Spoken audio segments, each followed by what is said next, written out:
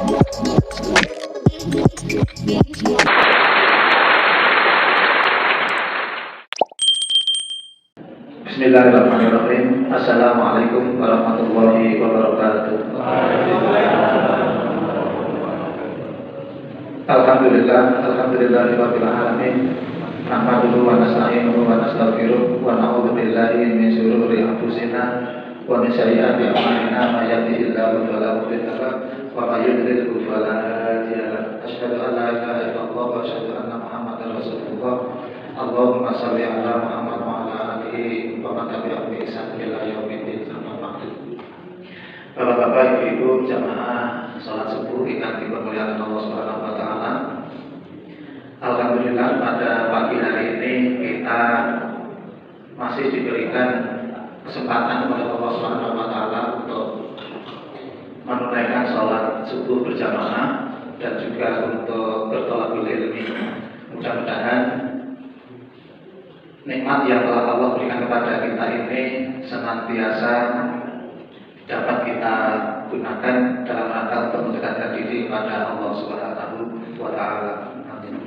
Salawat dan juga salam tidak lupa kita haturkan kepada Rasulullah Sallallahu Alaihi Wasallam yang telah membawa kita dari alam kegelapan menuju pada alam yang sangat terang, sehingga kita dapat menjalankan apa yang diajarkan oleh Rasulullah Sallallahu Alaihi Wasallam. Semoga kita menjadi umatnya sampai dengan akhir masa nanti. Bapak Ibu, sebelum kita masuk kepada materi, saya ingin memberikan hal yang biasa ada di handphone panjenengan. Kadang panjenengan menerima quotes, quotes hari ini, yang handphonenya yang bukan jadul. Nah, sekarang saya kira nggak ada ibu yang punya HP jadul, karena HP jadul nggak bisa menerima banyak hal. Oke, quotes hari ini apa sih quotes itu? Nah, biar kita tahu. Quotes itu diambil dari bahasa Inggris. Quotes dari bahasa Inggris yang artinya kutipan atau petikan. Jadi kutipan atau petikan. Quotes berarti rangkaian kata-kata bijak. Kata-kata bijak yang mengandung pesan moral. Jadi ajarkan untuk apa? Kita menjadi hamba yang soleh gitu. Atau juga untuk memotivasi, untuk motivasi. Jadi pesan moral intinya, kemudian memberikan motivasi, kemudian pengajaran. Jadi banyak Bapak Ibu menerima pesan-pesan di HP panjenengan ya, kata-kata bijak atau kata-kata yang mengandung pesan moral, motivasi, pengajaran. Tapi ada yang diberi judul quotes, ada yang tidak. Ada juga mungkin selain quotes itu reminder. Reminder itu ya dari bahasa Inggris artinya pengingat. Sehingga beberapa handphone yang dimiliki oleh masyarakat itu ada yang digunakan untuk memberikan motivasi. Diberikan memberikan motivasi. Sehingga insya Allah ini bermanfaat gitu ya. Nah, buatnya apa Bapak Ibu? Iman adalah amal soleh. Jadi iman itu adalah amal soleh. Ini dalam aplikasi, dalam penerapannya ya. Tapi kalau iman secara definisi, yaitu iman kepada Allah, kepada malaikat, kepada Rasul, kepada yang 6 itu rukun iman. Jadi iman sesungguhnya yaitu secara definisi. Nah, bagaimana di dalam pelaksanaannya? Di dalam pelaksanaannya, iman adalah amal soleh. Artinya bahwa seorang mukmin itu harus selalu beramal soleh, harus selalu beramal soleh dimanapun dan kapanpun. Maka di dalam hadis itu dinyatakan ittaqillaha haitsu ma kunta. Nah, itu ittaqillaha haitsu ma kunta, bertakwa kepada Allah dimanapun kamu berada. Maka takwa itu dalam pelaksanaannya juga adalah diantaranya bagaimana kita terus bisa beramal soleh di rumah, di masyarakat, di organisasi, di kantor, dan dimanapun. Ya. Jadi ketika kita ini beriman kepada Allah atau memiliki iman yang kuat kepada Allah Subhanahu Wa Taala, maka yang terlahir dari seorang mukmin itu adalah amal soleh. banyak ayat yang menunjuk kepada amal soleh itu. Di antaranya Quran surat An-Nisa ayat 1, 2, 4. A'udzubillahi minasyaitonir rajim. Wa may ya'mal minas solihati min dzakarin aw unsa wa huwa mu'min fa ulaika yadkhulunal jannah wa la yuzlamuna nakira. Wa may ya'mal, barang siapa beramal minas solihati, dari kesolehan, atau barang siapa beramal soleh min dzakarin, dari laki-laki, aw unsa atau perempuan. Jadi amal soleh itu kedudukannya sama Bapak Ibu antara laki-laki dan perempuan, masing-masing punya kewajiban untuk beramal soleh. Wa mu'min, dia adalah seorang mukmin yang beriman. Jadi ada iman adalah amal soleh tadi. Dan dia adalah mukmin. Faulaika, maka mereka yang turun al-jannah akan dimasukkan ke dalam surga. Wala yuzlamuna nakira, dan tidak akan dirugikan sedikit pun. Nah, itu Bapak Ibu. Maka diingat-ingat saja, iman adalah amal soleh. Nanti ketika kita beriman kepada Allah, dimanapun hendaknya kita dapat beramal soleh. Yang kedua, iman adalah akhlak.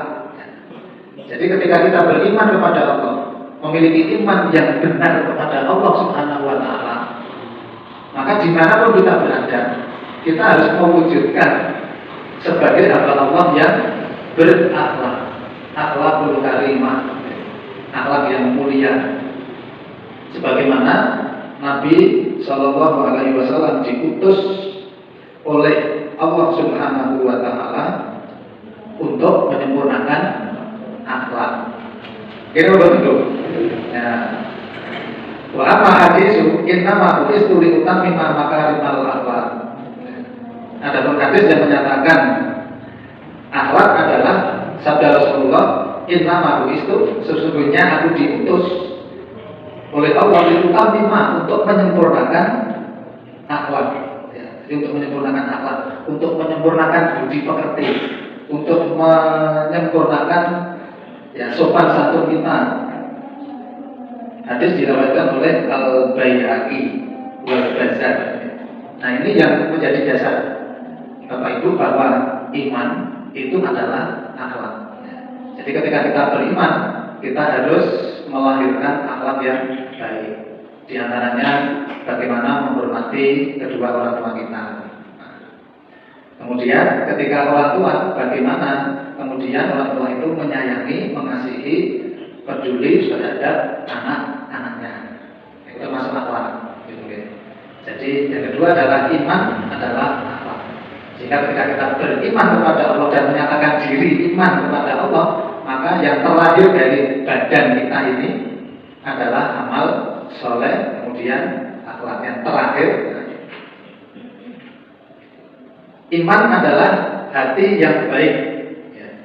Bagaimana kita beriman kepada Allah itu kemudian memiliki hati yang baik.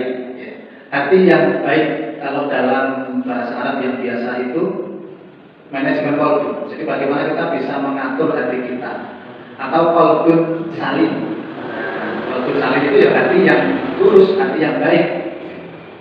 Jangan sampai kita sebagai seorang mukmin ini mempunyai hati yang qalbun marid, atau hati yang sakit, atau qalbun mayyit, hati yang mati. Nah, ini alhamdulillah.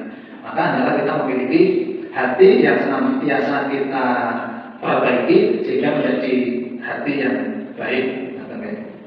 Nah, ini dasarnya apa? Nah, ini dasarnya di dalam hadis sabda Nabi, Bismillahirrahmanirrahim. Ala wa inna fil jasadi mudghah. Ala, ketahuilah, wa inna fil jasadi, sesungguhnya di dalam tubuh kita ini mudghah, ada mudghah. Mudghah itu ya segumpal benda kecil di dalam badan kita. Idza saluhat jasadu kulluhu, kalau gumpalan kecil di dalam diri kita itu baik, maka seluruh anggota badan kita ini baik. Jadi sesuatu yang kecil itu ternyata berpengaruh untuk seluruh anggota badan kita, mempengaruhi anggota badan kita, tangan kita, mata kita, telinga kita, kaki kita, pikiran kita. Itu terpengaruh dari sedikit atau sekecil sesuatu yang ada di dalam diri kita. Wa idza fasadat, kalau hati kita itu rusak, Bapak Ibu. Wa idza fasadat Fasada jasadu kullu, maka seluruh anggota badan kita itu rusak. Jadi kalau hatinya itu sudah rusak, maka seluruh anggota badan kita rusak. Tapi kalau hatinya baik, maka seluruh anggota badan kita ini akan menjadi baik. Apa nih? Nah, Allah wajal qalb, dialah yang disebut hati. Oke. Rawahu Al-Bukhari. Oleh karena itu, Bapak Ibu, ketika kita memiliki iman atau beriman kepada Allah atau menyatakan sebagai seorang mukmin, hendaknya kita memiliki hati yang baik atau qalbun salim. Nah, itu buat hari ini. Kata-kata ini. Sekarang masuk pada hadis ke-28. Ini berkenaan dengan menjalankan perbuatan sunnah dan menjauhkan perbuatan bid'ah. Hadis ke-28. Menjalankan perbuatan sunnah, menjauhkan perbuatan bid'ah.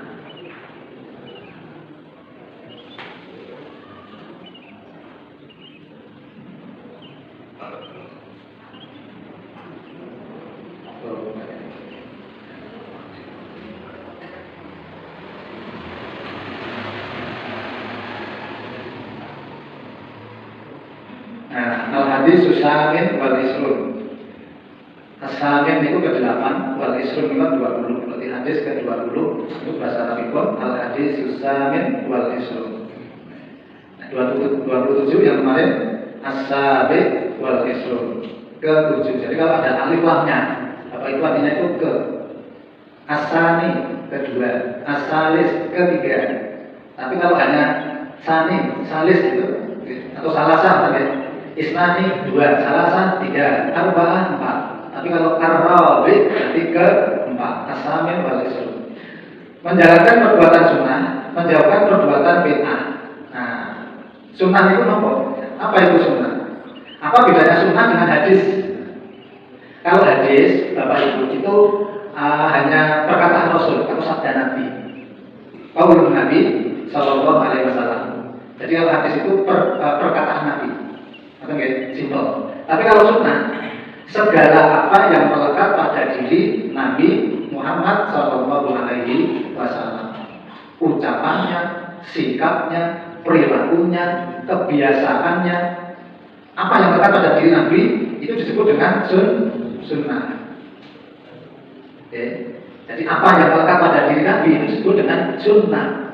Maka kalau orang menyebut sunnah itu berarti apa yang melekat pada diri Nabi, kebiasaannya, ucapannya, perilakunya, sifatnya, dan seterusnya. Tapi kalau hadis hanya perkataan Nabi. Kemudian ini apa? Bid'ah itu. Ya. Bid'ah adalah sesuatu yang diada-adakan atau sesuatu yang baru. Oke. Sesuatu yang diada-adakan atau sesuatu yang baru namanya bid'ah. Ada orang yang mengatakan ada bid'ah hasanah, ada bid'ah ya dolalah gitu ya. Atau sayyah atau istilah yang lain. Jadi bid'ah hasanah itu berarti sesuatu yang baru dan baik. Kemudian bid'ah dolalah itu bid'ah yang disesatkan oleh Nabi. Nah, yang dimaksud dalam hal syariat ibadah. Jadi bid'ah yang dimaksud di sini adalah bid'ah dalam hal ibadah atau syariat. Tidak yang berhubungan dengan dunia.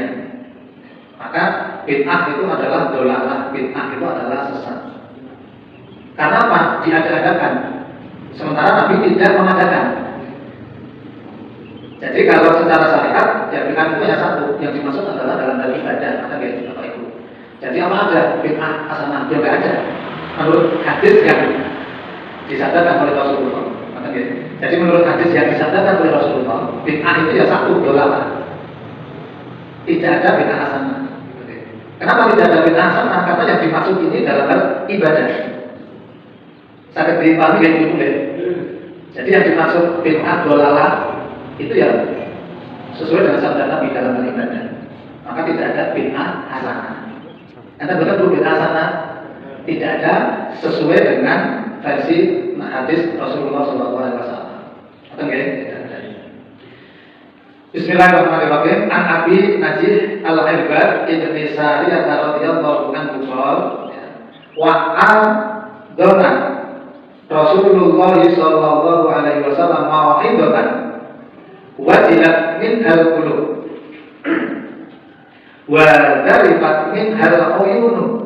Faqulna ya Rasulullah ka'annaha mau'izatun muwadda'un fa'awsina. Qala usikum bi taqwallahi azza wa jalla was-sam'a wat-ta'ata wa in ta'ammara 'alaikum 'abdun fa innahu may ya'is minkum fasayara ikhtilafan katsiran fa 'alaikum bi sunnati wa sunnatil khulafa'ir rasyidin al-mahdiyyin adu 'alaiha bin nawajid wa iyyakum wa muhdatsatil umuri fa inna kulla bid'atin dhalalah. Rawahu Abu Dawud wa Tirmidzi wa qala haditsun hasanun sahihun. Nah, ini saya kasih tanda merah itu. Fa'alaikum, apa bedanya alaikum dengan wa iyyakum? Kalau alaikum itu sesuatu yang wajib dilakukan. Kalau iyyakum ini menjauhi iyyakum wa muhdatsatil umur. Hendaklah kalian menjauhkan dari hal-hal yang baru. Iyyakum. Ada hadis yang diawali dari kata-kata iyyakum. Termasuk ini ya. Kalau alaikum, apa bedanya lakum dan alaikum? Barakallahu laka wa baraka alaika wa jama'a bainakuma fi khair ya. Laka dan alaika. Alaikum sama saja. Kalau alaika itu kepada kamu, kalau alaikum kepada kalian semuanya. Jadi kalau laka, jangan dimakai-makai itu. Laka itu sesuatu yang baik. Barakallahu ta'ala. Semoga Allah memberkahi segala kebaikan-kebaikan yang ada pada teman-teman. Wa baraka alaika. Nah, kalau alaika itu kebaikan dan keburukan. Semoga keduanya menjadi kebaikan. Yang pertama kan laka itu hanya kebaikan. Jadi seluruh kebaikan mudah-mudahan menjadi berkah. Tapi kalau alaika ini ada kebaikan, ada keburukan. Semoga kebaikan dan keburukan ini menjadi keberkahan juga. Saya dipahami ya. Jadi kalau laka itu hanya kebaikan yang ada, semoga menjadi keberkahan.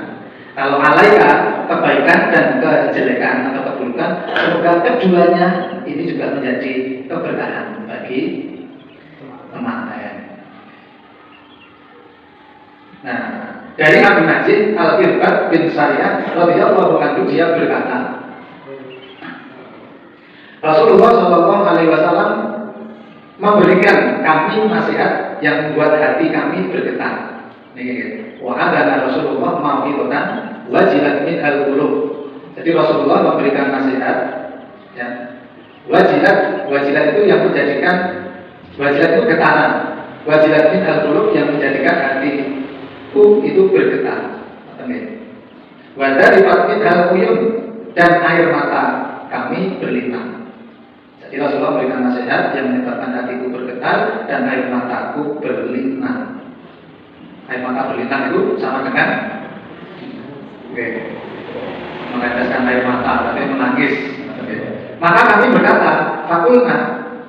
Maka kami berkata, ya Rasulullah, ka'annaha mau'izatun muwaddah. Seakan-akan ini merupakan nasihat perpisahan.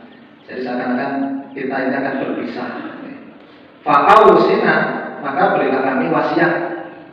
Wasiat sama dengan nasihat. Nasihat bisa berarti wasiat, pesan. Orang yang sebelum meninggal ada yang berwasiat, berarti berpesan. Tapi juga ausina itu bisa berarti memberikan nasihat. Fa'ausina, maka berilah kami wasiat. Maka Rasulullah Shallallahu Alaihi Wasallam bersabda, usikum bitaqwallahi azza wa jalla. Saya wasiatkan kalian untuk bertakwa kepada Allah. Nasihatnya ini Bapak Ibu. Aku wasiatkan kepada kalian agar bertakwa kepada Allah Subhanahu wa taala. Maka termasuk kita. Apa yang diwasiatkan oleh Rasulullah kepada kita, bertakwalah kita kepada Allah Taala.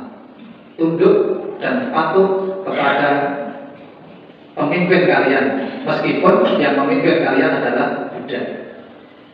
Jadi kita tidak memandang siapa yang memimpin, tetapi ketika mengajak kepada ketaatan, ketundukan, kepatuhan, takwa kepada Allah Subhanahu wa taala, ini kita diperintah untuk tetap mengikuti. Jadi saya wasiatkan kalian untuk bertakwa kepada Allah taala, sebentar gitu ya. Tunduk dan patuh kepada pemimpin kalian, meskipun yang memimpin kalian adalah seorang budak. Jadi sekalipun pemimpin kita ini adalah budak, ketika mengajak kepada ketakwaan, ketundukan, kepatuhan kepada Allah Subhanahu wa taala, hendaknya kita bisa mengikutinya. Karena di antara kalian yang hidup setelah ini akan menyaksikan banyaknya perbedaan pendapat. Seperti sekarang Bapak Ibu, oke? Kalau Pak Haji Slamet menyampaikan ada salah katanya yang gini, ada yang gini, ada yang gini, ya. Ya memang itu ada, oke? Masing-masing kan ada dasarnya juga. Termasuk takbir, ada yang begini, mungkin ada yang begini. Jadi memang banyak pendapat itu. Maka ketika Bapak Ibu mendapatkan ikhtilaf seperti itu, ya sudah, mana di antara yang kita yakini bahwa itu adalah yang benar. Bagaimana kita bisa menilai sesuatu itu yang benar? Kalau kita kan tidak tahu, ya sudah kita ikuti apa yang diajarkan orang-orang yang di atas kita. Kalau kita ini orang Muhammadiyah, berarti yang kita gunakan takdirnya adalah sesuai dengan dari garis organisasi itu. Yang kita lihat bukan organisasinya, tetapi orang yang menetapkan itu kan orang-orang yang memang alim, orang-orang yang pandai, orang-orang yang tahu. Sehingga yang kita ikuti ya itu. Ya. Nanti ada lagi Bapak Ibu setelah iktidal dari rukuk kemudian berdiri, itu ada yang lepas, tapi ada yang sami Allahu liman hamidah. Ada. Jadi setelah itu sedapat lagi ada. Oke, ada. Kemudian ada yang lepas, sami Allahu liman hamidah, lepas ini ya. Nah itu tidak usah bingung, karena sudah dinyatakan oleh Rasulullah bahwa setelah nanti kamu akan menyaksikan perbedaan pendapat. Ada yang mengatakan demo itu haram. Pernah dengar Bapak Ibu? Maka ada di antara warga negara Indonesia ini yang tidak akan pernah demo, karena memang demo itu tidak boleh. Tetapi di sisi lain demo itu boleh, karena kalau tidak di demo ternyata juga undang-undang pilkada akan terus melaju. Ini berikut-berikutnya Ibu di televisi, mungkin Ibu juga sudah mengikuti karena ini pakar Android semua nih. Pakar Android. Jadi undang-undang pilkada itu sekarang di seluruh Indonesia di demo karena akan meloloskan Kaisang gitu. Tapi tampaknya tidak jadi. Alhamdulillah. Artinya bahwa undang-undang yang ada itu tetap akan diberlakukan. Nah, selanjutnya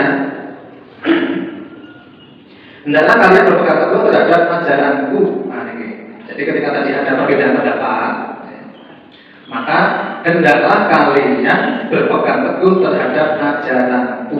Fa'alaikum bisunnati. Kembalikan kepada Rasul. Gimana Rasul?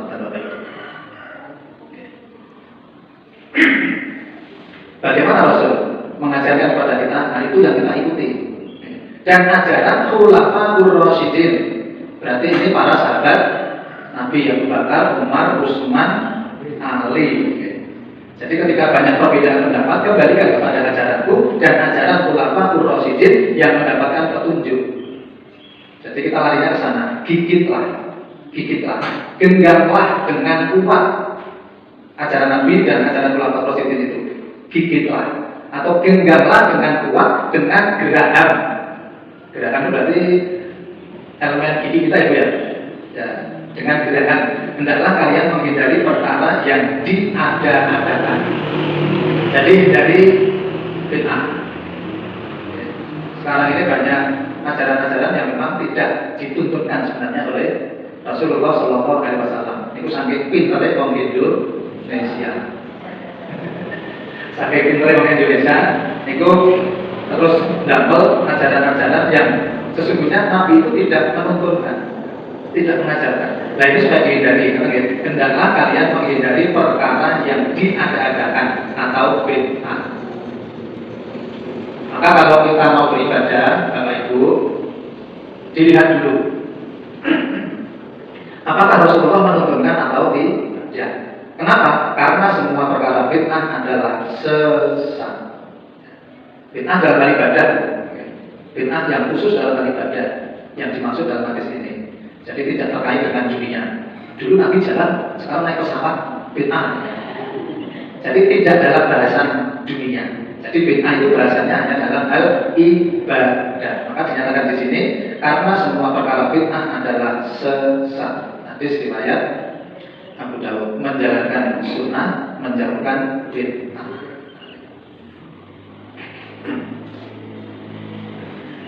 Pelajaran yang dapat diambil, Bapak Ibu, satu, bekas yang mendalam dari nasihat Rasulullah SAW dalam jiwa para sahabat. Hal tersebut merupakan tauladan bagi para dai di jalan Allah Taala. Jadi berpegang kepada hadis Nabi atau merujuk kepada sunnah dan sahabat itu adalah teladan contoh yang harus kita ikuti semuanya.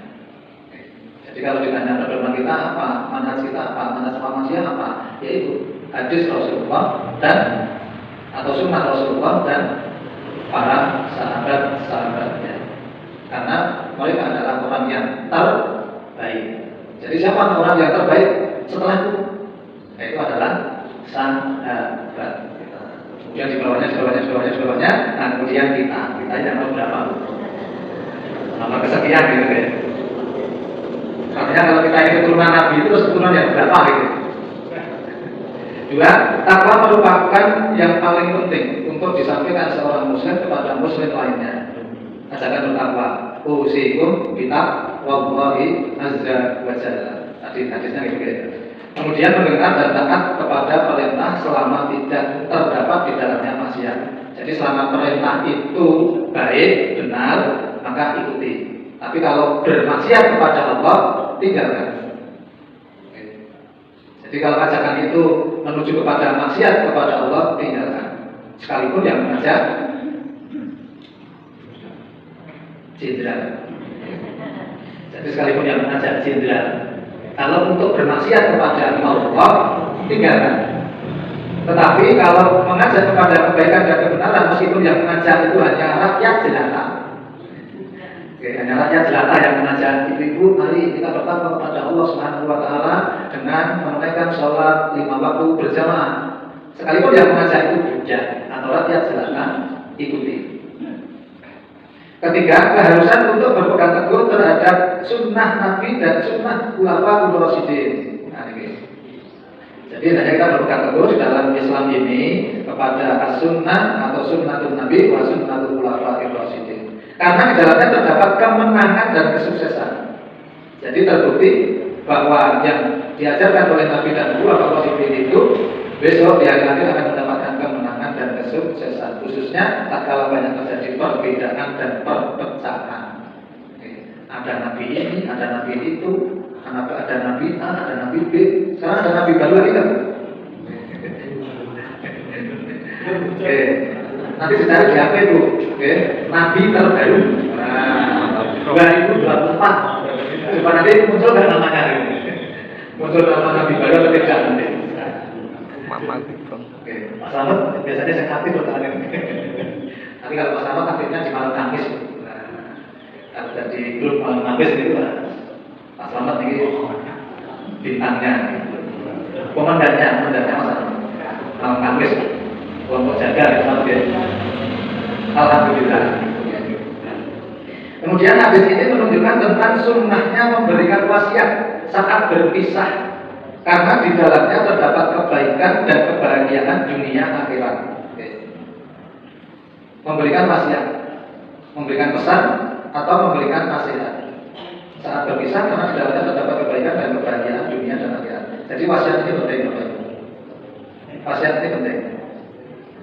Karena wasiat itu yang akan meneruskan perjuangan orang tua. Maka nasihatkan kepada anak-anak kita, kepada cucu-cucu kita, itu wasiat-wasiat yang baik atau nasihat-nasihat yang baik. karena sudah terdapat kebaikan dan kebahagiaan dunia dan akhirat.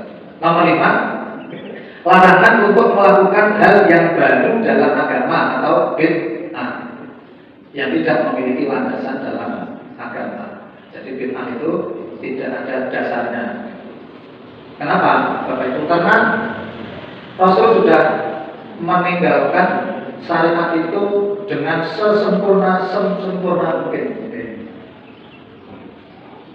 Di dalam Al-Quran sudah dinyatakan bahwa Allah telah menyempurnakan apa yang mesti dilakukan oleh hamba-hambanya. Nabi telah menyempurnakan apa yang mesti dilakukan di dalam kehidupan umatnya. Jadi sudah selesai syariat itu. Syariat itu sudah selesai. Tinggal kita mengikuti, oke? Sehingga tidak perlu lagi mutaati. Ini kalau kita ibadah sing iso nambahke awake dhewe mlebu suatu apa ya. Nah, itu. Tidak perlu mencari-cari ibadah yang baru karena itu bid'ah adalah sesat. Oke. Nah, yang satu lagi itu anjuran berwasiat menjaga kematian. Ini yang berkaitan dengan hadis di atas ya. Tadi kan ada istilah wasiat. Nah, ada istilahnya wasiat. Jadi wasiat itu bisa berarti pesan, bisa berarti nasihat sesuai dengan konteksnya, dengan maksud dan tujuannya. Kutiba alaikum idza hadara ahadakumul maut in taraka khairal wasiyata lil walidaini wal aqrabina bil ma'ruf haqqan 'alal muttaqin. Nah, ini diwajibkan atas kamu, kutiba alaikum, apabila seorang di antara kamu kedatangan tanda-tanda maut, idza hadara ahadakumul maut, jika dia meninggalkan harta yang banyak, berwasiat untuk ibu, bapak, dan karib kerabatnya secara makruh. Jadi perintah untuk berwasiat ketika ada tanda-tanda kematian, sementara meninggalkan harta yang banyak, maka harus ada wasiat. Artinya diupayakan itu ya. Kalau tidak ada bagaimana? Ya tidak apa-apa. Artinya tetap berwasiat agar senantiasa nurut kepada Allah Subhanahu wa Ta'ala. Maka ada doa itu di dalam Al-Quran, nutni wa baniya anak budal asnam. Ya Allah, ketika nanti aku tiada, jauhkan anak-anakku atau generasiku dari menyembah berhala. Nutni wa baniya anak budal asnam. Jadi ketika kita, jadi di dalam Al-Quran dinyatakan bahwa seorang nabi ketika mau meninggal itu kemudian berpesan kepada anak-anaknya, wasidni buat tadi yang anak udah asnan sanalah, anak keturunan kami itu setelah saya tidak ada itu menyembah kepada berhala. Jadi jangan sampai, mudah-mudahan generasi kita tetap menjadi generasi Islam. Ini adalah kewajiban atas orang-orang yang bertakwa. Haqqan 'alal muttaqin. Jadi ini haqqan 'alal muttaqin, ini kewajiban atas orang-orang yang bertakwa. Quran Al-Baqarah 180. Tetapi Bapak Ibu, ada apa ini notnya 112. Makhluk ialah adil dan baik. Jadi wasiat itu ya hendaklah mengarah kepada sesuatu keadilan dan kebaikan. Jadi yang maksud wasiat adalah wasiat dalam keadilan dan kebaikan. Wasiat ini tidak melebihi sepertiga dari seluruh harta orang yang akan meninggal. Nah, tapi selanjutnya Bapak Ibu, ayat ini dinasahkan dengan ayat mawaris. Jadi ayat ini diperbaiki ya, dengan ayat mawaris. Ada di Quran surat An-Nisa ayat 12. Oke, panjenengan buka di Quran surat An-Nisa ayat 12 itu menyebutkan tentang warisan. Nah ini, jadi ini sudah ayat ini sudah diperbaharui dengan surat An-Nisa ayat 12. Maksudnya diperbarui itu bukan berarti kemudian dihapuskan. Jadi ayat ini tetap ada, kemudian dijelaskan secara rinci di dalam ayat mawaris An-Nisa 12. Khususnya 12, nanti kalau 13 itu hanya penekanan. Saya kira itu Bapak Ibu sebenarnya masih ada, tapi waktu sudah menunjukkan jam 6 kurang 5. Saya khawatir nanti ada yang tertinggal. Tertinggal makanya nggak jadi. Mudah-mudahan satu hadis, satu ayat ini memberikan motivasi kepada kita agar senantiasa kita beriman dan bertakwa kepada Allah Subhanahu wa Ta'ala. Kirana kunjung pangapunten subhanakallahumma wa bihamdika asyhadu an la ilaha illa anta astaghfiruka wa atubu ilaik. Assalamualaikum warahmatullahi wabarakatuh.